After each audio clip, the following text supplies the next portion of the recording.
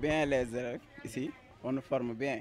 Et à la sortie ici, on devient bien pratiquant et on pratique bien le métier aussi. Ici, on a une installation simple, une salle de bain complète. On a ici une chaise anglaise complète avec l'abattant. On a ici, ça c'est c'est le mécanisme qui est à l'intérieur. Ça c'est la couverture du réservoir du moins. Ça c'est un flotteur. Oui. Ça permet, si on le met comme ça permet de passer les déchets.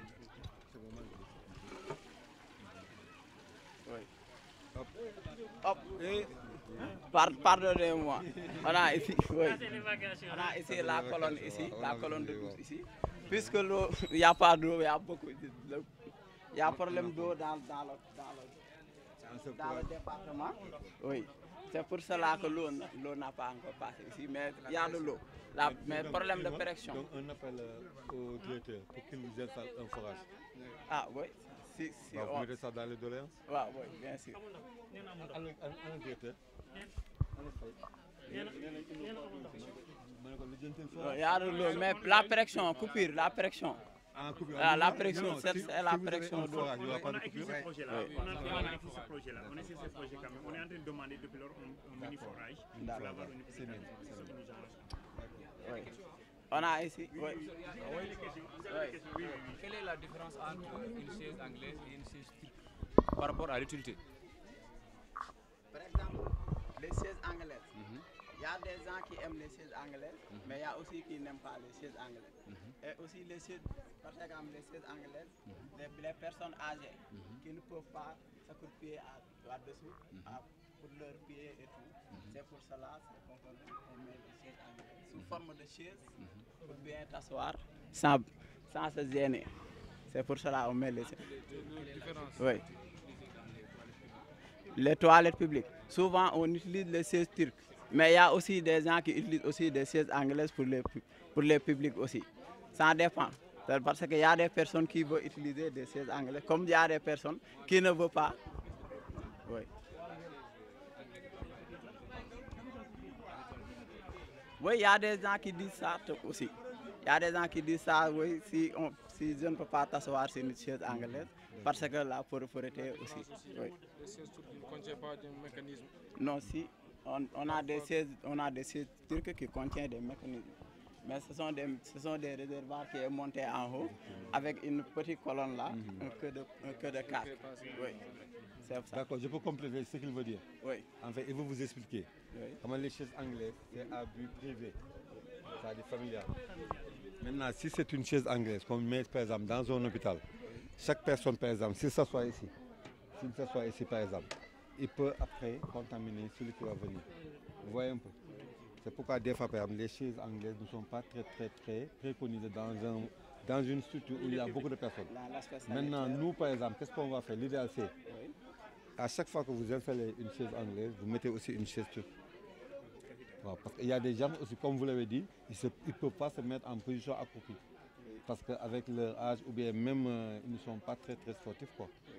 Mais sinon, l'idéal, c'est vraiment, cette chaise, on ne doit pas la partager avec plusieurs personnes. Parce que vous asseyez une autre asseoir, vous voyez. Et nous, on n'a pas l'habitude de voir, par exemple, avant de s'asseoir, de prendre quelque chose et de nettoyer avant de s'asseoir. C'est ça qu'il veut vous demander, quoi. Merci. On a ici une colonne de douche. D'accord. Une colonne de douche simple. D'accord. Ça, c'est... Un lavabo qui n'est pas bien entretenu, hein? Non, mais Ça, non, c'est l'eau qui.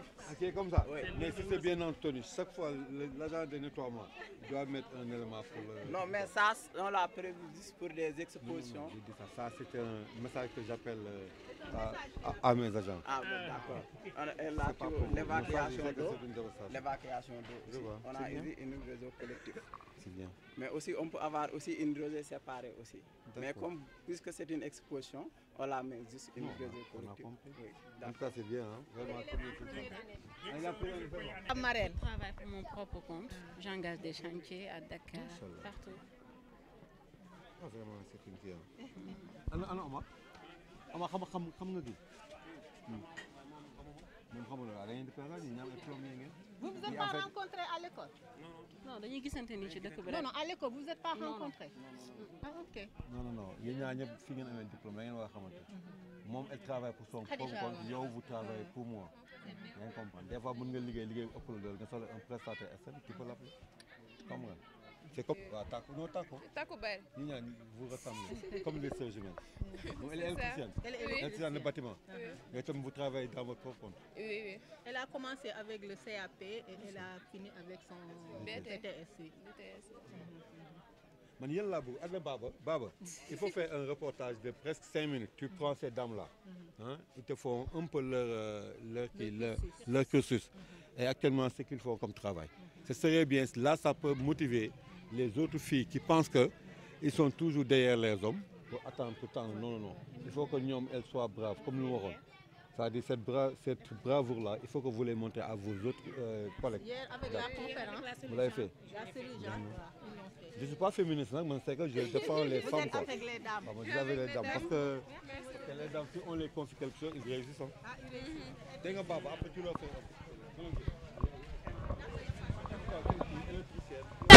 sama doom ji li ma lay xelal soo ko toppee waay sama doom jàngal soo màggee imposé moo fiston jàngal soo màggee imposé sama nenne jàngal soo màggee imposé my baby jàngal soo màggee imposé sama doom ji li ma lay digal soo ko toppee Ça, c'est un gris en aluminium pour la protection. Ça aussi, c'est un armoire en deux porte-coulissants pour mettre les habits et 3 étagères.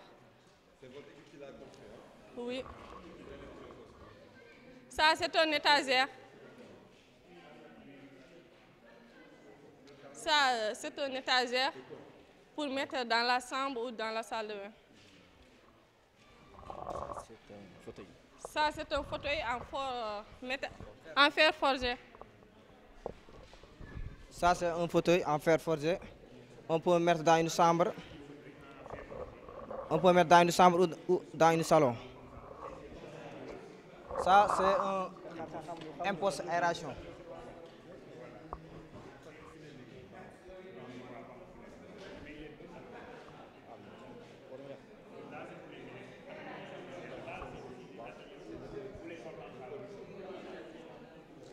Ça, c'est un imposte pour les aérations.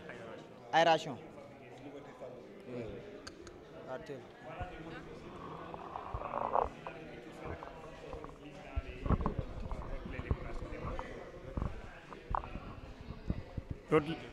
Voilà, l'autre c'est pour les motifs.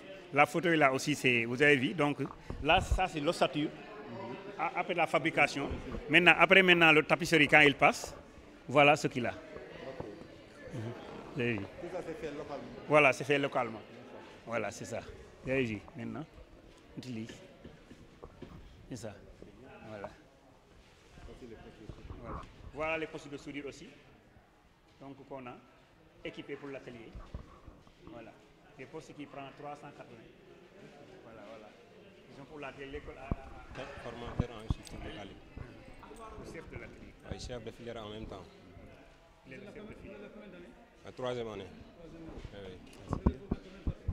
Bon, j'ai formé plus de 100 personnes. Oui. Allez, merci. Allez, merci. Mais il a peu de filles. Il a une seule fille. S'il est 100, c'est en personne qu'il a formé.